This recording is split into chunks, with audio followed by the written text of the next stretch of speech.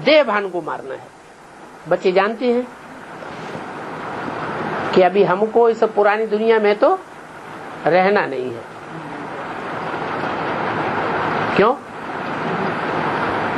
पुरानी दुनिया में क्यों नहीं रहना है? पुराने मकान में क्यों नहीं रहना है? बाप आया हुआ है हमारे लिए, नया मकान बना रहा है? नया मकान बाप बनाता है तो पुराने मकान को तो गिराता है, नया एक छोटा सा कमरा डालता है ना। भले शुरुआत में उस छोटे कमरे में कितनी तकलीफ होती है। जो सहयोगी बनते हैं बनाने के लिए, उनको उस जो फाउंडेशन में कमरा डाला जाता है उसमें कितनी तकलीफ होती है। तो वो भी एक तरह से पुरानी दुनिया हुई ना। परंतु हमें इस पुरानी दुनिया में तो अब रहना नहीं है। ये दुनिया तो खलास होने वाली है। ये बिल्कुल ही छी छी गंदी दुनिया है।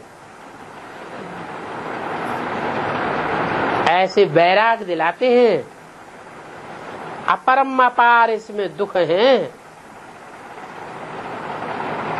कोई कहते हैं हम तो अभी बड़े सुखी हैं, कहाँ दुख है? हैं? अच्छे अच्छे महल हैं, माड़ियां हैं। अरे हमारे पास तो हवाई जहाज भी हैं, कोई कोई को है ना, तो उनको कहाँ दुख है?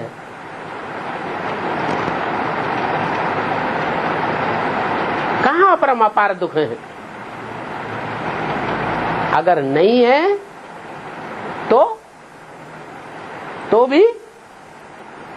तो भी ऐसी दुनिया अब आने वाली है कि जिसमें हर मनुष्य आत्मा ये पक्का कर लेगी, इस पुरानी दुनिया में अपरम अपार दुख ही दुख हैं, सुख नाम मात्र को भी नहीं है।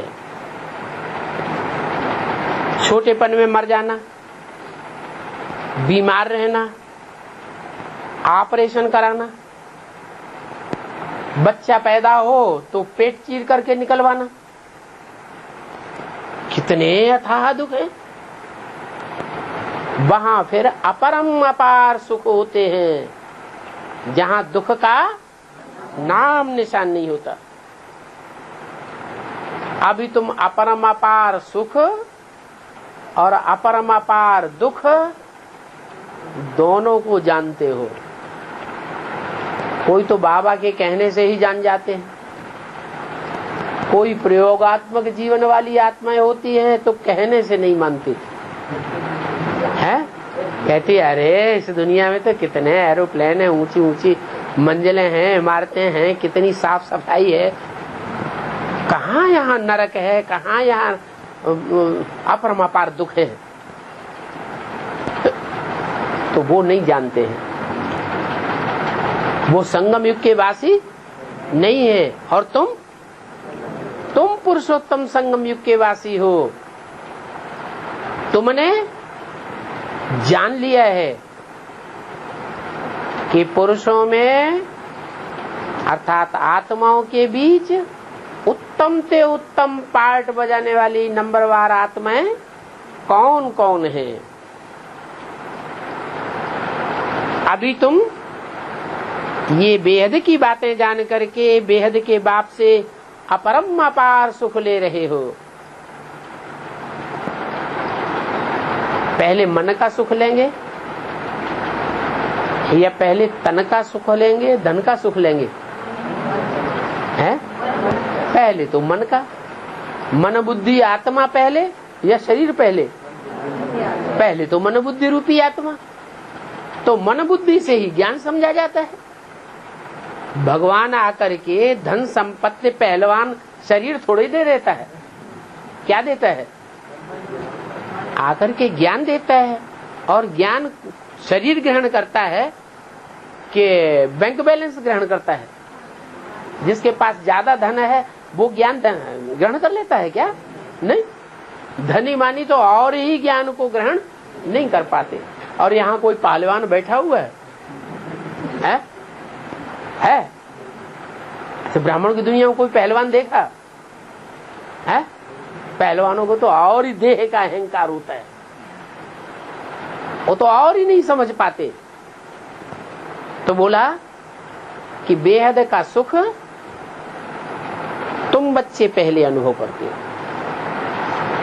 क्योंकि तुम आत्मा के स्वरूप को समझते हो, जानते हो कि अभी पुरुषोत्तम संगम युग है। दुनिया तो ये बात भी नहीं जानती है क्या अभी कौन सा युग है। दुनिया को इस बात का पता सुना सुनाई अगर कोई कह दे भी कि हाँ ये संगम युग है, कलयुग नहीं है, तो उससे फिर पूछा जाए कि पुरुषोत्तम युग कैसे है। इस दुनिया में तो इतने दुख हैं अपरम अपार, सुख कैसे है, कहाँ है सुख? तो बतावेंगे? नहीं बता सकते। क्यों नहीं बता सकते? क्योंकि अपरम अपार मन बुद्धि का सुख देने वाला ज्ञान का सागर बाप हमको मिला है, और दुनिया में कोई भी तन की शक्ति प्राप्त करने वाले पहलवानों को नहीं मिला है, मुक्केबाजों को नहीं मिला है, धन वालों को नहीं मिला है। किसको मिला है? मन बुद्धि का सुख देने वाला बाप, हमारे मन को प्रसन्न करने वाला बाप अभी हमको मिला है। हमारे लिए पुरुषोत्तम संगम युग है। दुनिया इस बात को नहीं जानती।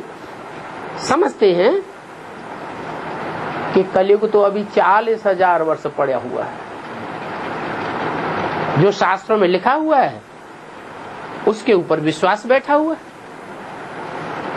मनुष्यों ने जो शास्त्र लिखे उन शास्त्रों पर इतना पक्का विश्वास है, और भगवान बाप आकर के 70 साल से जो ज्ञान की बात समझाते हैं कि कलयुग जाने वाला है, सतयुग आने वाला है,